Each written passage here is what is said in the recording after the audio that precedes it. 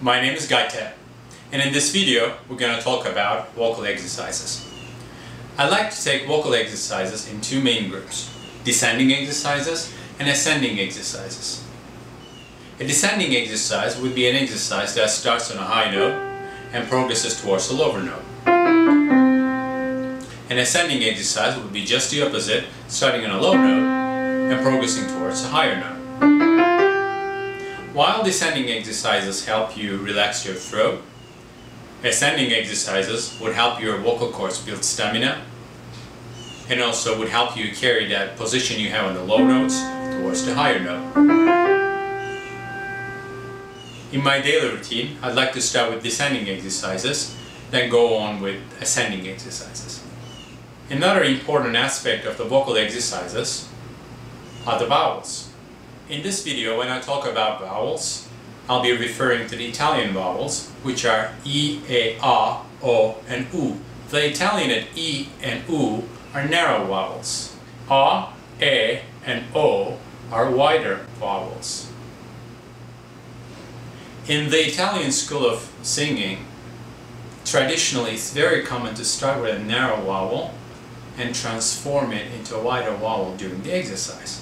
For example, E and A. The Italian A is naturally a really spread out vowel, and also it tends to be in the back when we speak. A, A. Now if we actually attach it next to an E, which is a narrow and frontal vowel, it'll be easier to manipulate the position of the natural A. So what do we get? We get A versus A, which is not a pretty vowel. Or E and A.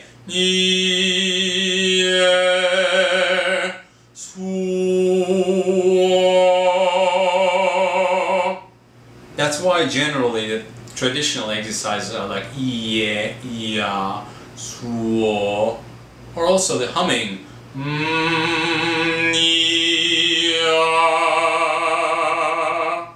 Humming position is a really narrow and frontal position to begin with. That is another reason why the Italian language is very suitable for classical singing, is that all the syllables contain narrow vowels than wider vowels like mia, suo, and so on. Now, since we covered the basics behind building your own exercise, I'd like to give you a couple of samples. First, I'd like to talk about our straight descending exercise, which is G, F, E, D, C. Sol, Fa, Mi, Re, Do. There are a lot of versions to this, but my personal favorite would be You simply hum these notes, just relaxing your throat and having the focus of your vibration around your lips and also in your relaxed throat.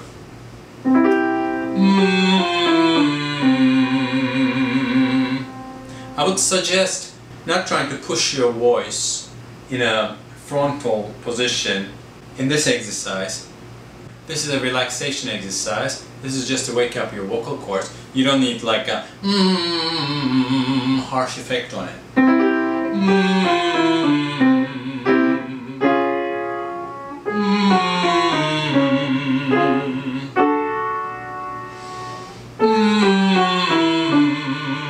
If you like to feel, if you think you would need more frontal squealo here, if you like to feel the vibrations more in your face, instead of just pushing that sound there, when you inhale, try to make that air travel through your sinuses, which will open up your face and the cavities in your face, and then sing through just those spaces you opened up in your face.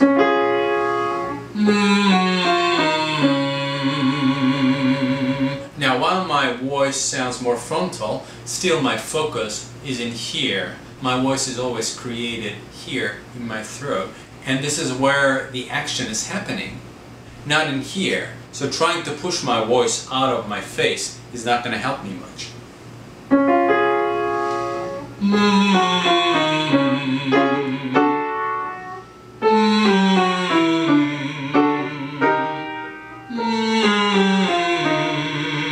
you're taking your breath in, try to feel that your jaw is relaxed, your throat is relaxed.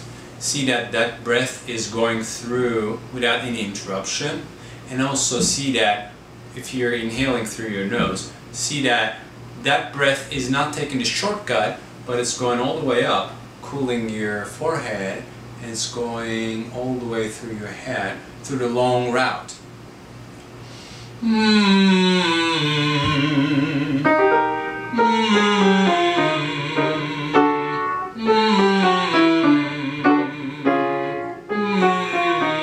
And see that gently that sound is vibrating through all your body, through your bones, and everywhere. Another version to that.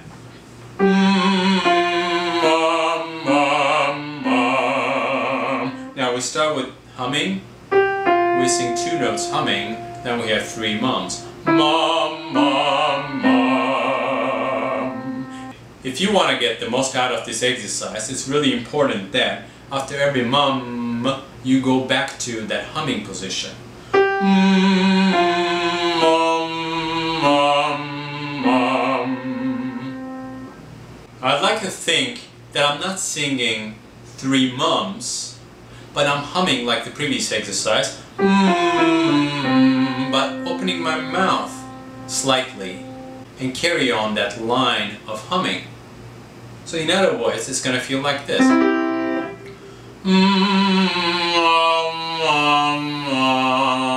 Nothing changed in my throat, nothing changed in my mouth, it's just I'm opening my lips.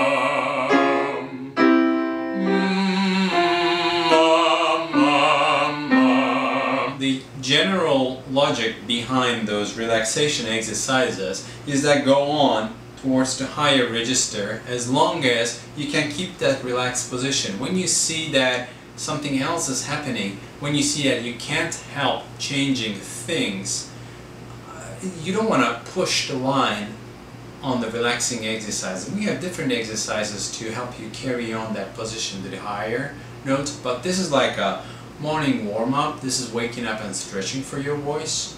So just you want to play around in your comfortable zone with these exercises. Generally, as a baritone, what I do is I go up to C or D, of course it is middle C and D, highest note, and go down to my C. Another descending exercise of the same sort that I absolutely love would be this.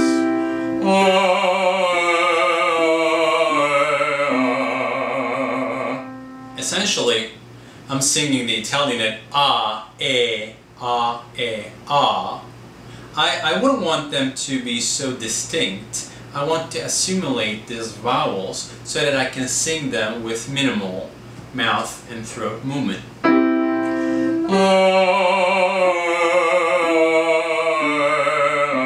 The only thing is moving in my mouth is my tongue. And the movement is minimal, absolutely minimal. The bad example to that would be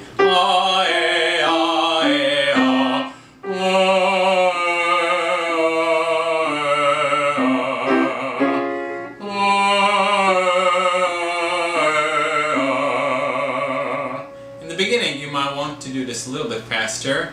The faster it is, it's going to be harder to move things around, so your body will naturally choose to do with minimal movement.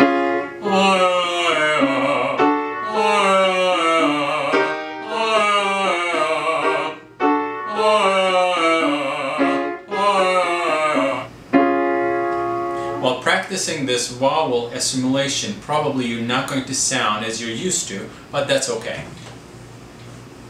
This is going to feel as if you're out of the dentist and your tongue is numb.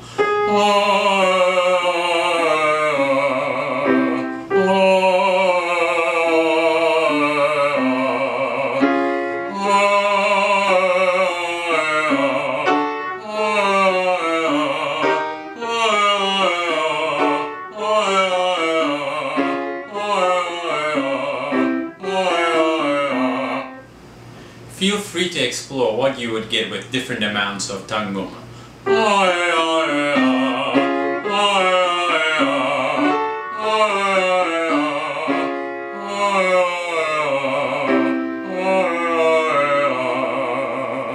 You can also combine ascending and descending exercises, such as in this. Sol, mi, fa, re, do, G, F, D, C. And this is essentially a descending exercise because it progresses downwards.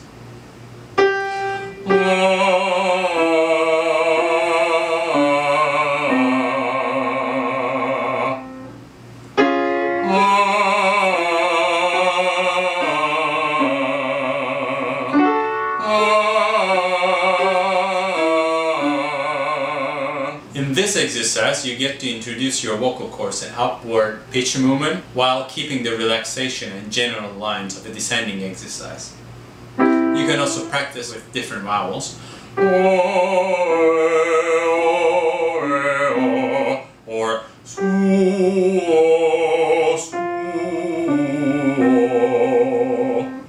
another version of same exercise would be